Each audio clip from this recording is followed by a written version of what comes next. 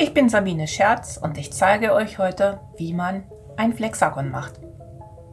Ein Flexagon ist so eine Art flexible Karte, die, wenn man sie aufklappt, 4 verschiedene Ansichten zeigt.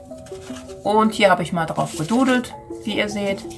Aber es haben auch kleine Geschichten darauf Platz, vielleicht ein Comic sogar, Zeichnungen, Worte, Dichtungen, was ihr wollt.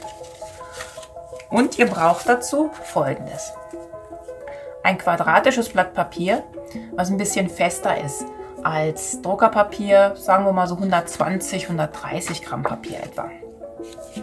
Ihr braucht was zum Kleben, was zum Falten und was zum Schneiden. Ihr faltet diese untere Kante zur oberen.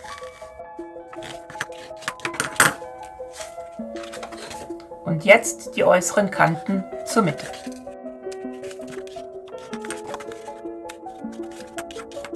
Beendet eure Arbeit und wiederholt die Faltungen, sodass jetzt Quadrate entstehen.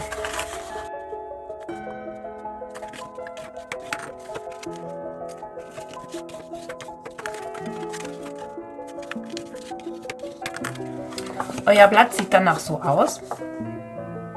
Und jetzt schneidet ihr dieses mittlere Quadrat, das wieder aus 4 Flächen besteht, heraus.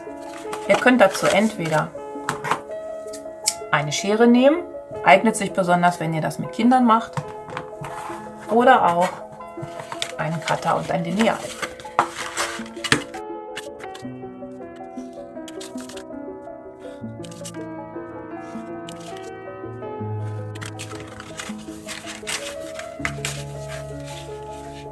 Jetzt habt ihr hier so eine Art Fenster oder Rahmen und auch dieses werft nicht weg.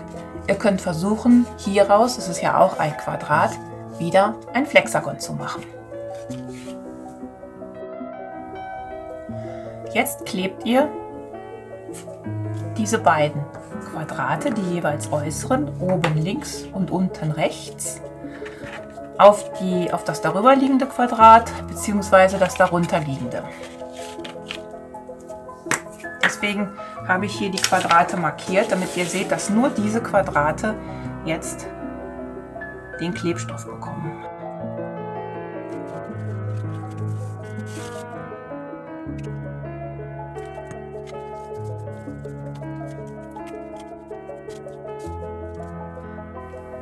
Im nächsten Schritt klebt ihr die Quadrate, die ihr noch nicht verklebt habt. Also hier habt ihr geklebt, da ist Klebstoff drunter.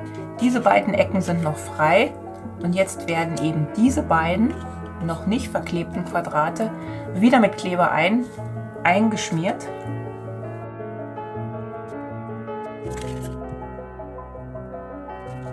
Und vertikal umgeklappt und festgeklebt.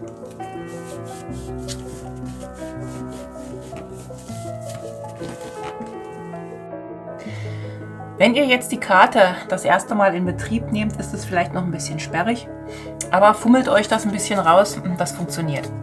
Ich nehme die immer so in die Hand, dass diese offene Kante zu mir zeigt und dann öffne ich sie und bewege sie. Und am Anfang, wie gesagt, ist ein bisschen sperrig. Ich zeige euch jetzt, dass hier diese vier Ansichten drin sind. Das ist die Ansicht Nummer 1, die Ansicht Nummer 2, die Ansicht Nummer 3 und die Ansicht Nummer 4. Macht was draus. Viel Freude dabei. Bis zum nächsten Mal.